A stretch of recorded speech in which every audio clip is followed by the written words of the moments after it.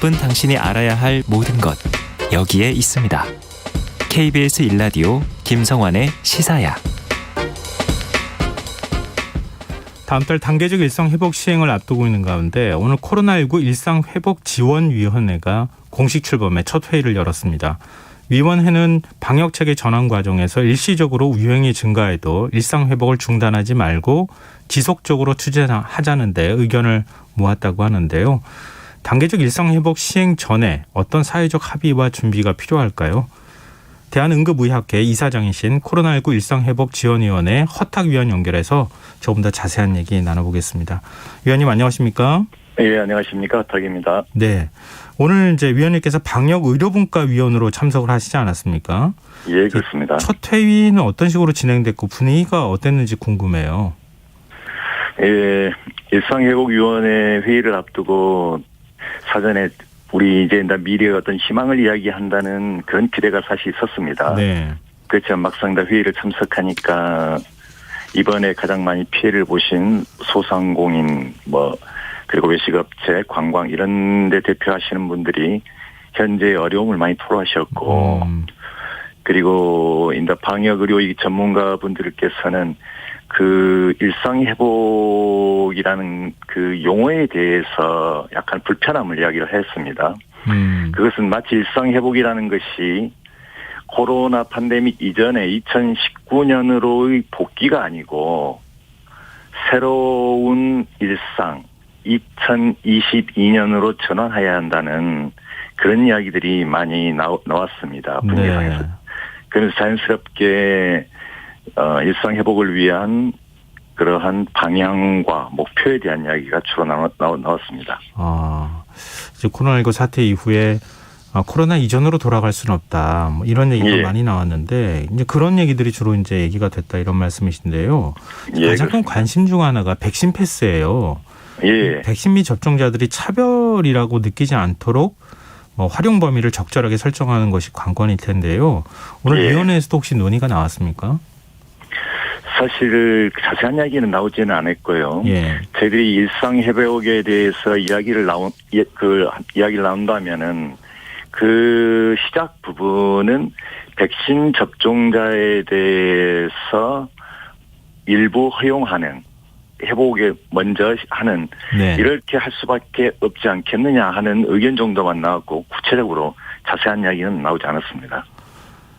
백신 패스는 어느 범위에서 도입을 해야 되느냐 이게 최대 그리고 이제 물론 미접종자 문제도 있기는 하지만요. 이게 이제 관심사인데 예. 감염 고위험 시설 예를 들면 유흥시설 같은 곳에만 제한적으로 도입해야 한다 이런 의견에 대해서는 어떻게 보세요?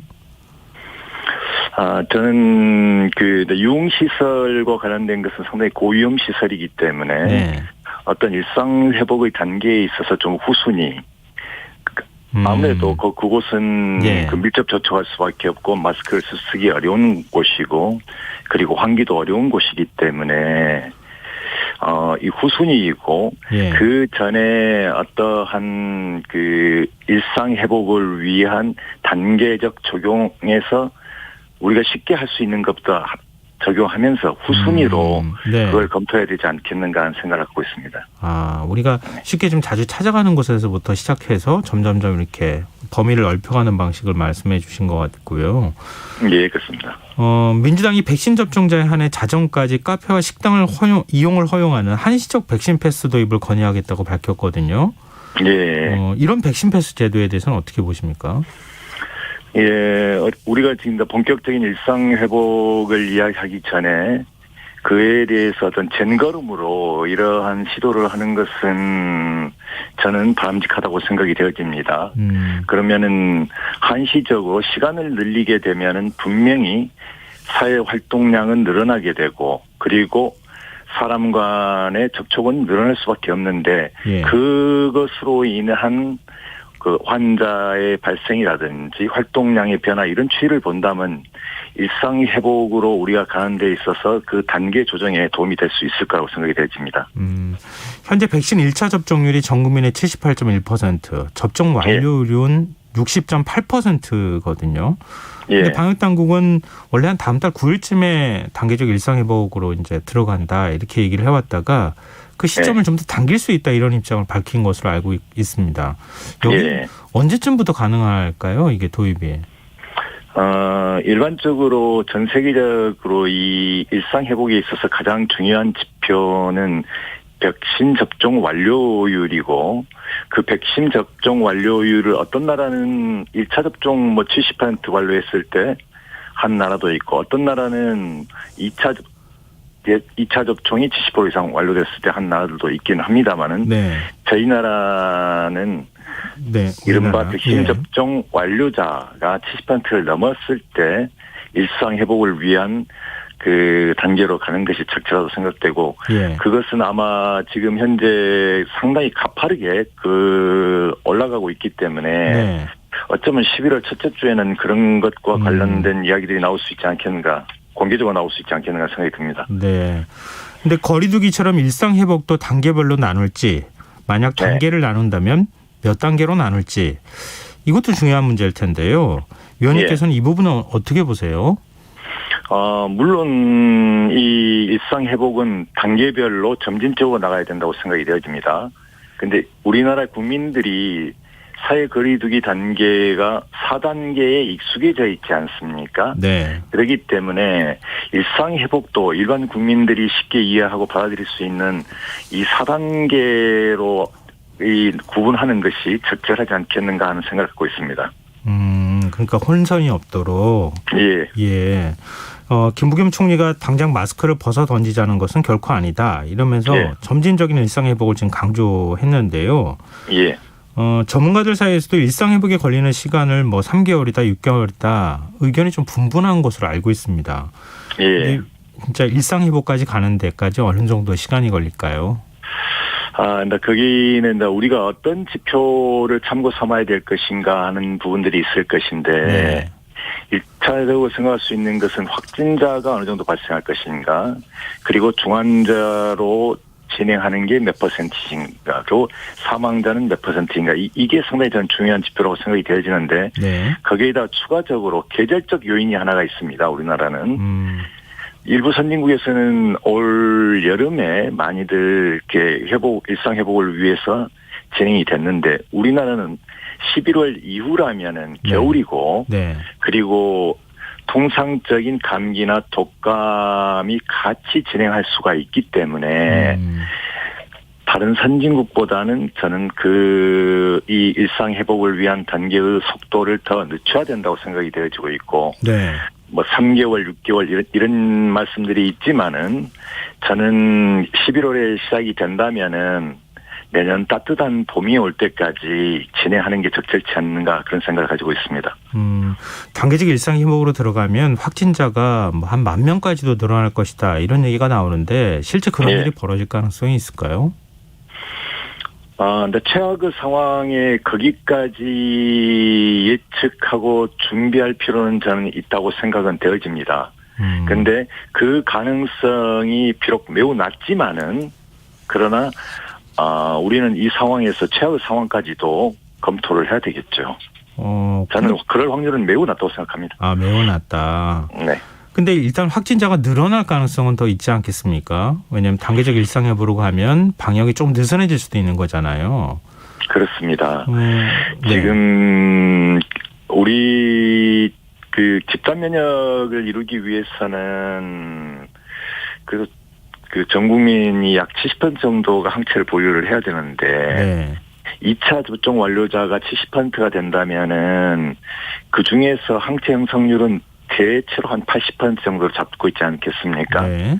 그렇다면은 실제로 집단 면역을 이루기에는 아직 부족한 수치이기 때문에 네. 1차적으로는 어떤 식으로든지 미접종자들을 설득해서 더 많은 접종 완료자를 배출을 해야 되겠고 특히 고령자 고위험군에서 현재보다 훨씬 더 접종률을 높일 수 있는 방안과 마련과 설득이 필요하다고 생각이 되어집니다. 확진자가 늘어나면 아무래도 중증 환자들 숫자도 좀 늘어날 가능성이 있잖아요. 그렇습니다. 근데 의료 인력 수나 병상 수준으로 단계적 일상 회복을 감당할 수 있을까요? 현재 수준으로? 현재 저희 의료 체계 내에서 갖고 있는 자원의 활용도를 본다면은 지금 생활치료센터라든지 감염병 전담병원 그리고 중환자실이 약 절반 정도가 지금 사용되어지고 있습니다. 네. 그럼 산술적으로 이야기해서 지금보다 환자가 2배 이상 발생을 하면은 다 찰 수 있다는 거거든요. 네. 그런데 점점 시간이 지나면서 이 중증 환자의 진행 비율이 줄어들고 있고 사망자가 감소하고 있기 때문에 저희들이 그 이번 4차 대유행 전에 예측했던 것보다는 그 자원의 고갈은 오지 않았었습니다. 그래서 일상 회복을 앞에 두고는 현재 갖고 있는 자원보다는 더 늘릴 필요가 분명히 있습니다. 지금 의료 인력이나 아니면 병상 수는 좀 더 넉넉하게 확보해 두는 게 필요하다 이런 말씀이시군요. 예. 마지막으로 이거 하나 좀 여쭤보고 싶은데요. 지금 네. 이달 말에 단계적 일상회복 로드맵이 확정될 예정이라고 들었거든요. 예. 그러면 이 일상회복지원위원회 회의는 어떤 방식으로 앞으로 진행되고 어떤 의제들을 논의하는지 이런 게 내부적으로는 공유가 됐습니까? 예. 한 달에 한 번 전체 회의를 갖고 예. 그 분과별로 2번 이상의 회의를 갖는 것인데 예. 사실 이게 그 짧은 시간 내에 중요한 의제를 다루다 보니까 분과별로 저희 인다 이 방역 의료 이쪽 분야에서는 지금 이번 주와 다음 주 예. 거의 한 3, 4일 간격으로 계속 지금 회의가 잡혀서 네. 있습니다. 그리고 구체적인 아마 의제는 뭐 며칠 후에 바로 지금 며칠 후에 내일 모레 하는 그 회의에서 다뤄질 것으로 얘기하고 있습니다. 네. 국민들이 지금 간절히 일상 회복을 원하고 있는 상황 아니겠습니까? 예.